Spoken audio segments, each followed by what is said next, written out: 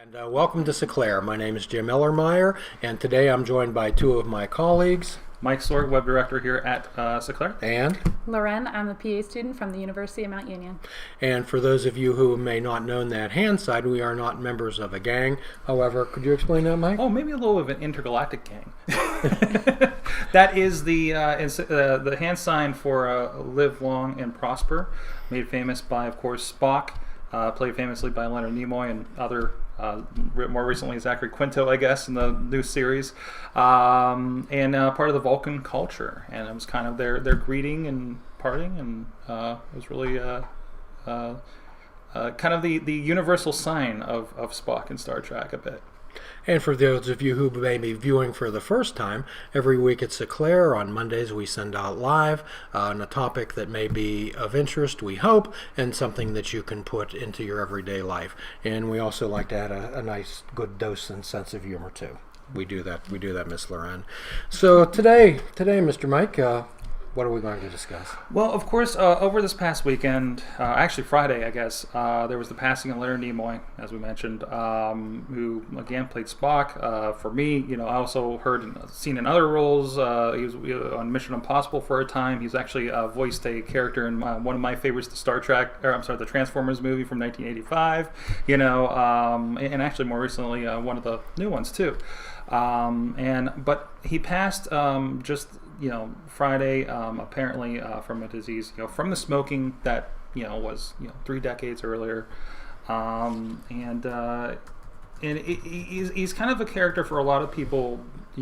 His presentation on screen that I think kind of impacted a lot of our upbringings. A lot of us grew up on the original Star Trek, if not several of its iterations, and he had a big hand in kind of developing that character. And I think it's really interesting because the character of Spock is this part Vulcan, part human hybrid, and from a culture that really values logic, and then really kind of dealing with his humanity and emotion and trying to cut that out and what happens with that. And a lot of his story and a lot of the movies are about that struggle that he has internally, which I think reflects a lot of the struggle that people have, that we talk about here, about dealing with our emotions, what we do with that with Sinclair. Absolutely, and as you may have guessed or may not know, Miss Loren, I was born before yesterday, and I watched the series as it came on, and what they did was using futuristic situations as analogies for current problems that happen on a day. And we have to remember back at that time, back in the 1960s, it was a time of flux and evolution in American society. We had what's so-called the hippies, and yet we so-called had the ultra-conservative movement that dominated Middle America. And for those of you who may not know anything about the original situation, it was one of the first shows that had a mixed cast. And also Mr. Spock was of mixed origins himself, was he not, Mike? Yeah, I think you have a little more notes on this, but yeah, certainly. Absolutely. And so what we did when we talk about Mr. Spock, and when we correlate that with dialectical behavioral therapy that we use here at Sinclair, what we talk about Miss Loren, we talk about an emotional mind. Okay, mm-hmm. And we talk about a rational mind and the melding of those two. Mr. Spock often used the Vulcan mind meld on people to try to get into their minds. So when we deal with people with a strictly emotional mind, emotions are wonderful. They color our world. They're our rainbow. They're our internal barometer. They tell us how we feel. They show other people how we feel. We know how other people are feeling from their emotions. However, sometimes when we operate in strictly an emotional mind, Miss Loren, we tend to react rather than respond. We react rather than respond.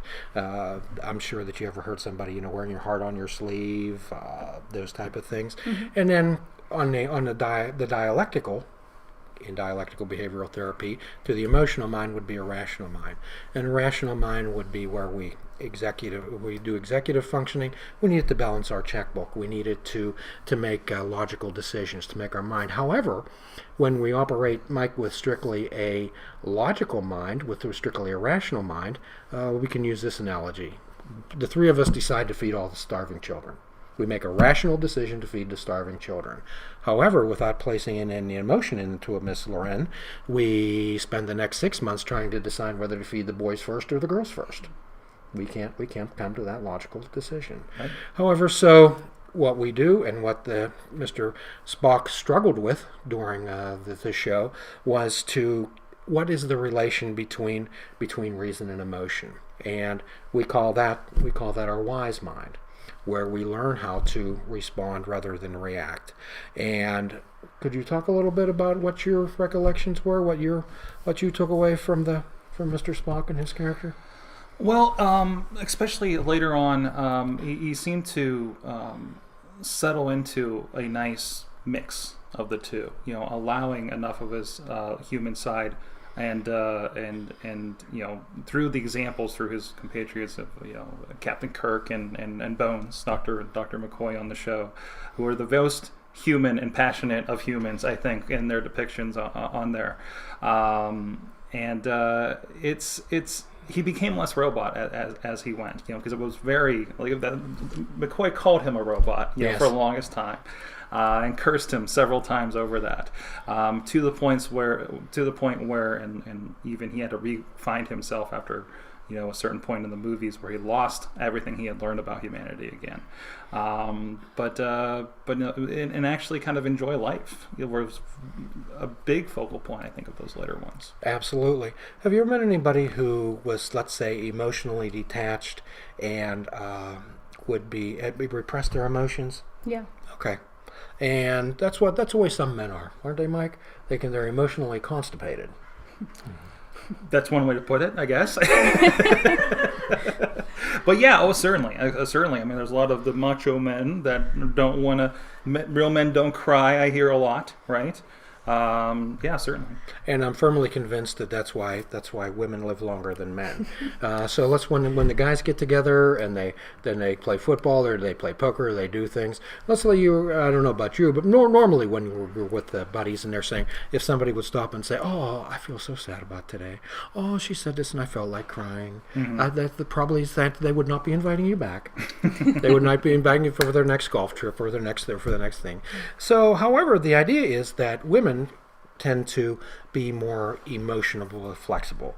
When you're with your friends, I would suspect that you share in your thoughts and feelings and your emotions more readily. Yeah, definitely. Okay. Well, it's great. So my suggestion is, Mike, if you want to see the tough guy stuff, go to the movies. That's right. I saw a really good tough guy movie this weekend, actually. Good deal. Great. However, as you noticed, as you alluded to, as the evolution of the Star Trek show went on, and as particularly the evolution of Mr. Spock, he began to meld those two, the emotional mind and the rational mind, into his character, and began to show a fusion and how those two minds can show some synchronicity, mm-hmm, where 1 + 1 can equal 3. Right. So what was some of your fondest memories of the Spock character? Oh, jeez. Well, there's that long fight scene where... for me, I thought the most interesting movie, actually one where Leonard Nimoy directed, and it seems a little hokey right now because it was the environmental Earth Day, mm-hmm, kind of era, where, not that we're really away from that a lot now, where they had to save the whales. And there was, again, Spock had been reborn from death, and it was kind of figuring out who he was again. And it was a lot of fun to see, that kind of growth there and that kind of return to form for the character. Absolutely. And as that the show dealt with situations on terms way ahead of its time. They dealt with slavery, they dealt with warfare, mm-hmm, they dealt with discrimination. Right. I particularly remember the one show where Frank Gorshin played the character where the person was black on one side and white on the other, and the other person, yep, was opposite, and they hated each other, yep, and they wanted to kill each other, yep, simply because they couldn't see that they were the same. They were basically the same. Mm-hmm. And also one of the things that I enjoyed so much about the Star Trek series, in particular Mr. Spock, and the Vulcan philosophy of IDIC, which is infinite diversity and infinite combination. infinite diversity and infinite combination. And how prophetic that was dealing with the society today as in a short number of years, the Caucasian people are going to be in the minority in the United States. So, and again, here in the United States, we're truly going to have infinite diversity and infinite combination. And here at Sinclair, we celebrate diversity. We celebrate multiculturalism. We encourage people to be themselves. We encourage people to be proud of where they came from, be proud of their culture. There's a reason why it's the melting pot in America. Yes, yes. And sometimes it had melted a little less than others. However, today, you see people that perhaps don't have you see a lot of discrimination, you see a lot of bigotry, and underlying all that, Miss Lauren, is fear. Yeah. Underlying all that is fear. Yep.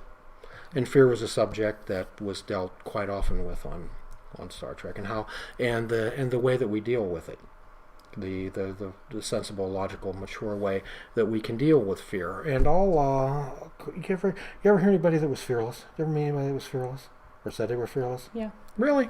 Okay. Well, all people who are fearless, either they're incredibly insane, or let's say, and I don't like to use this word, but I'm going to say it, incredibly stupid. Okay, so and all you ever hear anybody that has a lot of courage? Yeah. Courage, and all courage is, Mike, is the ability to deal with fear. Right. And that's what we saw in the Star Trek. That's what we saw in the Spock character. We saw the courage to deal with fear.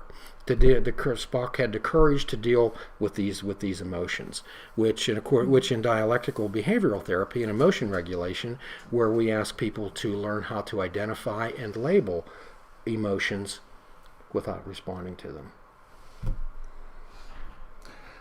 If I can, Leonard Nimoy was very vocal on his Twitter for a while here in his last few years, and he passed on the 27th, and his last tweet actually was from the 23rd.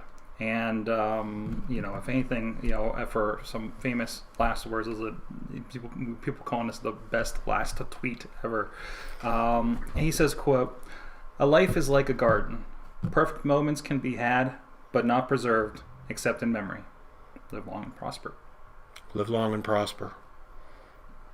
And anything you'd like to add, Miss Lauren? No, I think that quote pretty much sums it up. Live long and prosper from there. And life is indeed like a garden, is it not, Mike? Indeed. And it's what we try to do here at Sinclair. We try to view everybody as that garden, as that plot of ground. However, what we try to do is help people, allow us to help you help yourself, and take that patch and take that garden and learn how to till it, and learn how to fertilize it, and learn how to give it the water, the sunshine, the love, and allow us to help you plant that seed in order to have a life worth living, a life living out loud. Do you believe that Leonard Nimoy lived life out loud? I think he definitely did. He's very vocal. He was very out there, and he did a lot of things that he was passionate about. And as we mentioned, some things that maybe other people didn't like on vinyl, but he still he got out there and he took risks, and he got to expand a little bit. First, he was a little bit. He wrote, "I am not Spock," trying to say, I am not this character that you all hold up to this pedestal. And then I actually read later the book I Am Spock, where he started embracing that a bit. Yes. But he took that and got to use it as a bigger platform for so many things that he was passionate about, and got to really kind of live out a lot. Well, when the show first came out, Mike, what they referred to it as, rather than a soap opera, was a space opera. Yes. However, there was much more deeper meaning underneath that, and I know that Gene Roddenberry, the executive producer, the writer of the show, who came up with the idea, had to fight when they had the first interracial kiss on the show. And very interesting, because a lot of that played out. I'm hearing stories again, over the last few days about the passing, about supposedly that played Lieutenant Uhura wasn't getting paid as much a scale as everybody else, because she's a black woman in Hollywood in the late 60s, right? And Leonard Nimoy apparently is one that stepped up and said, not a big actor by any means at that point, but stepped up and kind of stuck up for her and got her, a better pay scale. And that says a lot about the man. Definitely. That says a lot about his character and his personality when you treat everybody that you meet with courtesy and respect. Infinite diversity and infinite combinations. Well, obviously, Mike, the show had a lot of cultural and social impact, as there has been 5 successor series and 12 movies associated with the Star Trek franchise. Yep, and still going. and still going, and I know that some of the younger folks out today have been reintroduced to the Star Trek character, to Captain Kirk, to Bones, to Scotty, and And I think it's all available on Netflix if you want to go look. Even the funky cartoon that they had for a while that still has everybody's voices. I love that thing. And we hope that you enjoyed today's podcast. And should you have any questions or concerns about this, you can please contact us. And what we'll do is we could... if you want to continue the conversation, if you have any memories about Star Trek and what it meant for you, maybe things you learned growing up, any influence it had, or Leonard Nimoy in particular, you can continue the conversation with us on Facebook, Google+, and on Twitter at Seclara Life there. And keep an eye out for these and other recordings here in the future on our YouTube channel. And please also subscribe to us on iTunes, Stitcher, Spreaker, iHeartRadio, so you can listen to us and past conversations we've had on this channel, anytime you want. And also, please visit Seclara.com for more about what we do here at this practice, and of course, read the great blog where we got a lot of information, including these shows. And as always, at the end, Miss Loren, we offer a free prescription. We offer everyone fruits, nuts, and vegetables. Perhaps unplug your television, take up fishing, and for a truly mindful experience, we suggest that you fish without bait. So until the next time, live long and prosper.